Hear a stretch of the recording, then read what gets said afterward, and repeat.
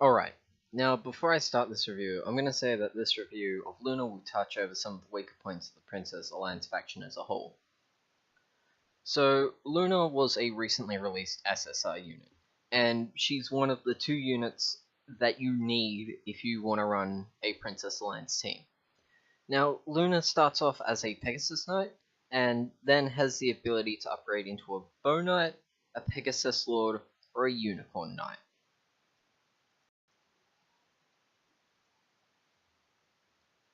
Starting off with Luna's personal talent. It's called Sylph's Blessing. It grants 10% magic defense to her, and all allies within 2 blocks will gain 15% magic. Alright, now onwards to Luna's skills. She starts off with Raging Thunder. This is a physical skill that attacks an enemy within 1 range. This skill deals 1.5 damage as well as grants Wind Ride, which, when HP is above 50%, damage taken from melee attacks is reduced by 15%. While the damage from the skill is nice, its 1 range and its 15% reduced damage doesn't really help Luna that much, as she is quite a squishy unit and shouldn't be attacking from close range. The next skill Luna gains access to is Wind's Barrel, which replaces her attack stat with 1.5 her magic defense. This skill lasts 4 turns, and allows her to move an additional 3 blocks after casting this skill. As you can see, one way to build Luna is to focus on buffing her magic defense, then replacing it with her attack and allowing her to do some serious damage. The next skill Luna gets will depend on the class you go into. If you choose Pegasus Lord, you will get Wind Pressure. This is a passive skill that after dealing damage to an enemy, all enemies within 2 blocks takes 0.1 damage equal to Luna's attack, and has a 50% chance of receiving a debuff. This skill is a decent passive skill, and as we will see, franchises well with some of Luna's other skills. She gets Mass Resist if you make her a Unicorn Knight, increasing all allies' magic defense by 30%. This is clearly a support skill, and I wouldn't personally equip it to her. However, I would let another teammate have the skill if you want to run her with Wind's Barrel, thus buffing her attack even higher. Finally, if you make her Bow Knight, she will get an access to Move Again, which gives her a passive 10% damage increase when she initiates combat and allows her to move again if she has remaining spaces left. Now, Luna has access to 2 different tier 3 classes. The first is Pegasus Master. If you are planning on running Luna in a Princess Alliance team, this is a must unlock. The first skill Luna gets when she reaches this class is important, as at the time of writing this, Luna is one of 2 characters with this faction buff. The other tier 3 class she has access to is Bowmaster.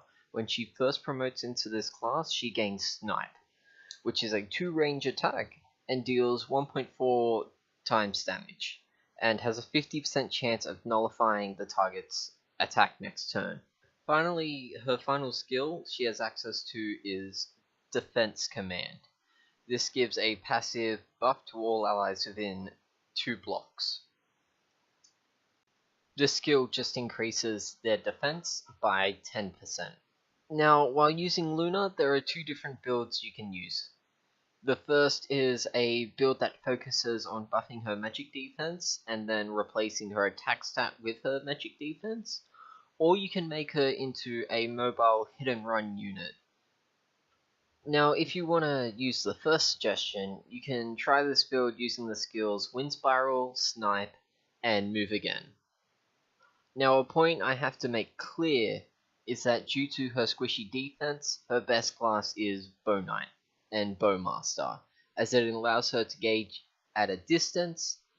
The skill Wind Spiral will also make good use of her magic defense and gives her some serious firepower. While this team is good for combat, you'll need to run Shelfinel. Hopefully I got that name right. To max out the max effectiveness of this build by using Shelfinel's faction skill. The other build you can try and will need, if you don't have Shelfanel and you want to run a Princess Alliance team, is giving her the skills Snipe, her faction buff, and Move Again. Similar to the first build, you won't have as high an attack.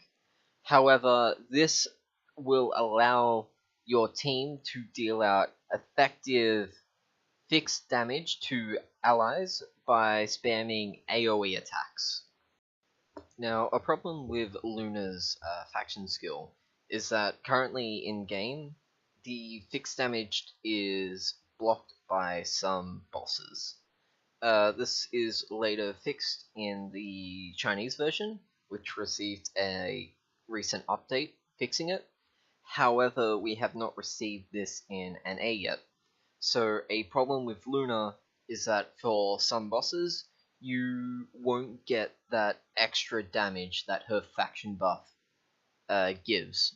In conclusion, Luna is a character with some surprising gimmicks. You can either pick her as your main faction skill holder and have your team deal a lot of chip damage through AoE attacks, or you can let her wreck shop by buffing her magic defense and letting her go wild. Personally, I give this character a solid A-, if not a shaky A.